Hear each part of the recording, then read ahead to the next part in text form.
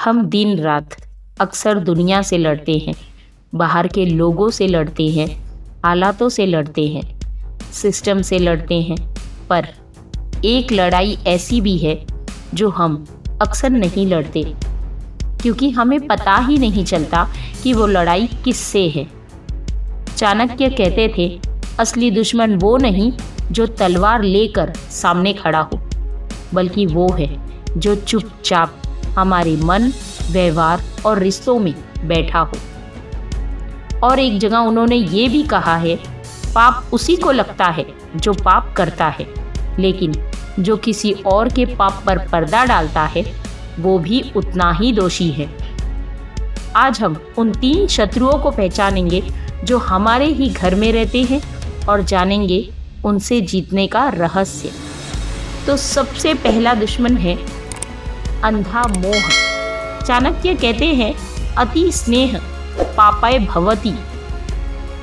और ये अति स्नेह कई बार हमारे बच्चों के भविष्य को ही निगल जाता है। मैंने खुद देखा है, कई घरों में माँ बाप बच्चों की गलतियाँ छुपाते हैं, कहते हैं बच्चा है छोड़ो।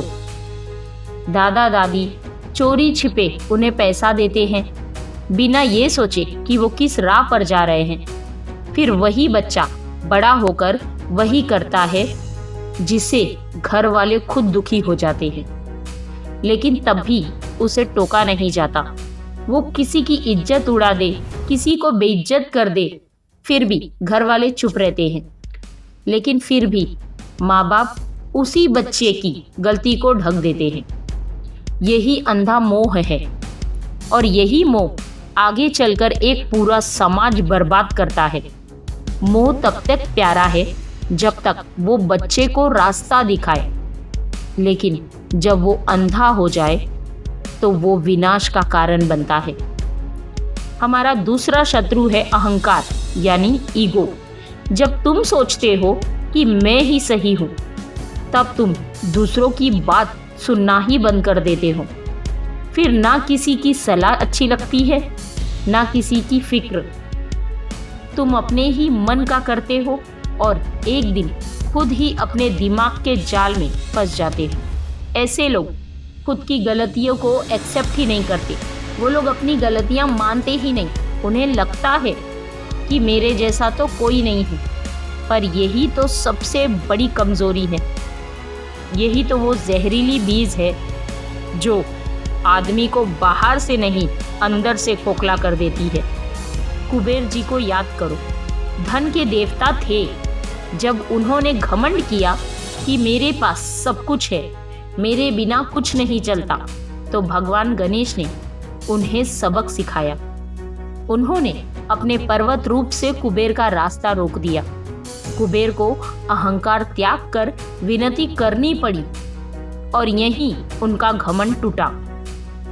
आज भी कई लोग ऑफिस में, घर में, रिश्तों में बस यही साबित करने में लगे रहते हैं कि मैं ही सही हूँ, मैं ही सबसे बेहतर हूँ। और आजकल के जितने भी रिश्ते टूट रहे हैं, सब इसी कारण टूट रहे हैं कि मैं ही सही हूँ। और जैसे कोई उनके ईगो को टच कर दे तो वो टूट पड़ते हैं, बिगड़ जाते हैं और धीरे धीरे सब खो देते हैं। रिलेशनशिप, इज्जत और खुद की पहचान भी। देखो, ईगो तुम्हें ताकतवर नहीं बनाती, ये तुम्हें अंदर से खोखला कर देती है, क्योंकि जहाँ अहंकार होता है वहाँ समझदारी नहीं टिक सकती। हमारा तीसरा शत्रु है आलस। आलस वो छोटी सी चीज़ जो धीरे धीरे हमारी पूरी जिंदगी को निगल जाती है। हम सोचते हैं अभी नहीं कल कर लेंगे, और फिर वो कल कभी नहीं आता। देखो, कितने लोग हैं जो बोलते हैं EMI समय पर भर देंगे, बच्चों की फीस भी दे देंगे, पर पहले कहीं और पैसे उड़ा देते हैं, और जब वक्त आता है तो उनके पास कुछ बचा ही नहीं होता। देखो, जिम्मेदारियां टाली नहीं जाती, वो सिर पर पहाड़ बनकर टूटती है। ये भी एक तरह का आलस ही है जो ज़रूरी है उसे वक्त पर ना करने से सारी प्रॉब्लम एक साथ क्रिएट हो जाती है। फिर जब सारा काम इकट्ठा हो जाता है तो ना दिमाग चलता है, ना हिम्मत बचती है। फिर इंसान सोचता है काश तब कर लिया होता, पर तब तक बहुत देर हो चुकी होती है। कभी गौर किया है, जो लोग रोज थोड़ा थोड़ा करते हैं वो बिना थके बिना डरे मंजिल तक पहुंच जाते हैं, लेकिन जो कल कर लेंगे बोलकर टालते हैं वो एक दिन इतने कामों से घिर जाते हैं कि जिंदगी ही बोझ लगने लगती है। आलस सिर्फ वक्त नहीं खाता, ये धीरे धीरे इंसान की काबिलियत, हिम्मत और पूरी जिंदगी खा जाता है।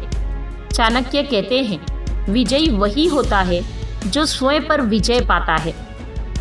आज एक सवाल आपसे है, इन 3 शत्रुओं में से कौन सा आपके अंदर सबसे गहरा बैठा है? और हाँ, कमेंट में लिखिए मैं बदल रहा हूँ। अगर ये बातें आपको छू गई हो, वीडियो को लाइक करो, चैनल को सब्सक्राइब करो और किसी ऐसे इंसान को शेयर करो जो खुद से लड़ रहा हो। और वीडियो की नोटिफिकेशन पाने के लिए बेल आइकन ज़रूर प्रेस करें। जय हिंद, वंदे मातरम।